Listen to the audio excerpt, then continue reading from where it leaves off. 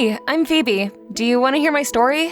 Then, whoosh, let's go back a few years. Mom sometimes reminded me of a military camp sergeant because she was always so strict. She rarely got me gifts, and she certainly never spoiled me. Mom often said that she was raised like that too, and that's why she was so strong and so independent.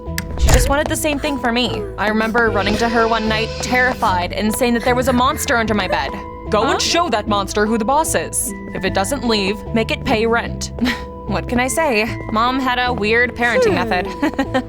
A nasty boy called Harold lived next door to us. His parents adored and spoiled him. He was constantly bragging about his new toys, and it made my blood boil. One day, on his 8th birthday, Harold was given an amazing remote-controlled car. All the kids in our neighborhood were terribly jealous of him, and Harold got a swollen head.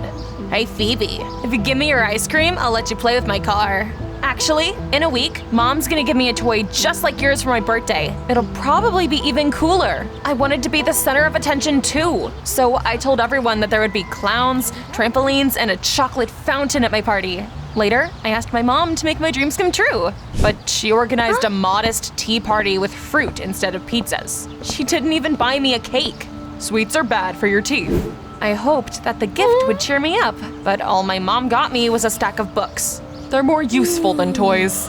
The other guests were yawning, bored out of their minds, and Harold was laughing the loudest. What an impressive party! It's impressive how lame it is. The children took the gifts that they had brought for me, and they gave them to Harold so he would let them play with his car. Everyone left, and I was all alone. I was terribly mad at my mom, but even more so at Harold. It was supposed to be my day, and I was supposed to be the center of attention.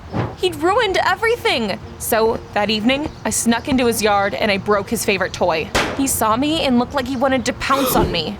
You psycho, what'd you do that for? You deserved it. Our parents came and stopped us from fighting like wildcats. But since then, we became mortal enemies. We couldn't get over it. Even when we grew up, we didn't miss any chances to mess with each other. One day, Duke, a guy I really liked, came up to me. Harold saw it and told Duke that he could get lice from me. Oh, I should go. See you later, maybe. Duke left, and I swore I'd get back at Harold for that. Mom hadn't changed at all either. Mom, can I get a new phone? No. Can I get a new piercing? No. Can I go to a concert with my friends? No, no, and no. Quit wasting money, Phoebe. Ugh! It was like she didn't know any other word. All of my friends were bragging about the things their parents gave them. Expensive cosmetics, gadgets, and trips. I could only envy them and lie. I told everyone I only bought my clothes in expensive boutiques so they wouldn't laugh at me. But one day, my friends saw me shopping with my mom at a sale. They were in stitches. Hello, police! Hurry up, I just witnessed a crime against fashion! Oh, please kill me now. One day, I was preparing a biology project with my classmate at her house late at night. My mom was supposed to pick me up, but she was held up at work, so I had to walk home. It was already dark, but I didn't live that far away, so I was sure that nothing bad would happen to me on the way. I was almost there when a monster jumped out from behind the bushes. Boom! I'm just kidding. I saw people partying in Harold's backyard. And of course, it was his birthday. There was a gorgeous new car in his garage. Can you believe it? Apparently, that was his gift this year. Harold was such a bastard. Why did he always get the best of everything? I lost my temper and I decided I would teach him a lesson. I snuck into his yard, took a piece of cake, and was about to smear it on the hood of his car. But then, I saw the birthday boy heading towards the garage. Oh no, I had to get out of there. I tried to run away, but I dropped the cake, slipped on it, and fell over. Ugh, my leg. I couldn't get up, but then Harold came up to me and helped me up. Luckily, he didn't understand what I had been planning to do to his gift. Hey, idiot, what are you doing here? I'm sunbathing, can't you see? He saw me rubbing at my bruised leg and offered to bring me to the doctor. He immediately went back to his party after leaving me at the hospital, and I was told I pulled a muscle. The doctor dressed my leg and prescribed me bed rest. A second later, my worried mom burst into the ward. Phoebe, what happened? I ran into some thugs and, fell while running away from them. Yeah, that's it. I lied because I was just afraid that my mom would be mad if she found out the truth. And then I almost fell over in shock when Mom burst into tears and threw her arms around me. Oh, sweetie, it's all my fault. This wouldn't have happened if I hadn't stayed late at work and picked you up. Wow, I didn't know she could be so affectionate. We came back home and my life turned into a fairy tale. Mom had never been so caring before. I spent all day lying on the couch while she brought me sweets and gave me gifts. She even sent me to a spa hotel and paid for it. My friends probably turned green with envy when they saw me get a massage and a manicure in my stories. I realized that as long as my mom felt guilty, I would keep getting everything I wanted. I took advantage of the situation and tried to look pathetic. One day, I saw Harold driving around in his car through the window, and I had a brilliant idea. Mom, if I had a car, I wouldn't have had to walk home in the dark. Of course, I'm not hinting at anything, but it's my birthday soon. And then I showed her a photo of an awesome sports car on my phone. Say no more. We'll throw a huge party, and I will do everything to keep you safe, sweetie. Yay! My plan worked. Soon, the doctor let me take the bandage off my leg, and we spent a lot of money on the party. I sent out invitations to my friends, and even called Harold so he would see that my car was cooler than his and die of envy. There was everything I dreamed of at the party. A giant cake, a chocolate fountain, a famous rapper Noah, and his girlfriend Norma came to perform. Can you believe it? The guests were impressed, and I was the center of attention and even dared to flirt with Duke. Finally, it was time for me to open my presents. Phoebe, didn't I promise you I'd keep you safe? Surprise! Mentally, I was already driving my brand new car as my friends and Harold looked on in envy.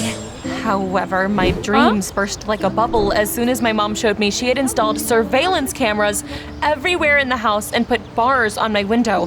What? Is this my gift? Where's my new car? Why would you need a car, sweetie? I'll drive you to school and pick you up after it. After all, I'm working from home now and I will always be there to make sure nothing bad happens to you ever again. That was not the surprise I'd been expecting, and the worst part was that Harold and the other guests burst out laughing when they realized that Mom treated me like a little kid. Ugh. Congrats on another lame party, sweetie. I wanted to erase that humiliating evening from my memory. Things kept getting worse by the day. Mom became obsessed with my safety. If I was in class, she would text me every half an hour to ask if I was okay. She also picked me up after school and immediately took me home. With all the cameras and bars there, I felt like I was living in prison. One day, I accidentally smelled pepper and sneezed at lunch. Mom immediately dragged me to the hospital and asked doctors to run all sorts of tests. She was acting crazy. One day, my friends invited me to the cinema. I tried to sneak out of the house, but Mom saw and followed me. She didn't approve of the blockbuster we chose and made us watch a cartoon for kids. My friends got mad at me for that. Thanks for ruining the evening, Phoebe.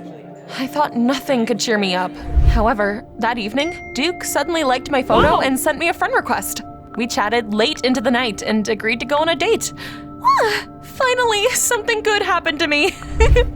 I was so afraid that my mom would embarrass me again, I asked her to stay at home. Please, I don't need a bodyguard. I just want to go on a date with a guy. Don't worry, Phoebe. I won't let you down. At first, everything was going great. Duke and I went on a walk and eventually came to a cafe. I decided to touch up my makeup while he was ordering us hot chocolate. And all of a sudden, I saw my mom behind me in the mirror. She was sitting at one of the tables and watching us like some sort of secret agent. Holy heck, Mom promised not to follow me. I lost my temper and stormed up to her. Hey, James Bond, why are you following me? I'm sorry, but I had to make sure this boy isn't going to hurt you. There are so many mean young men in the world. Duke came back with our drinks. Mom gave up on being a spy and started to interrogate my boyfriend. She asked him who his parents were and what he was interested in. I was so embarrassed, I just wanted to go invisible. Duke looked uncomfortable as well and decided to leave. I suddenly remembered that I need to do a thing. See you later, maybe. Mom said that since my date failed, she would be waiting for me in the car. I decided I might as well drink my hot chocolate first. I was in such a shitty mood, and then I saw Harold. It turned out that he worked part-time in that cafe. Hi, Phoebe. I saw what happened. Are you just gonna gloat?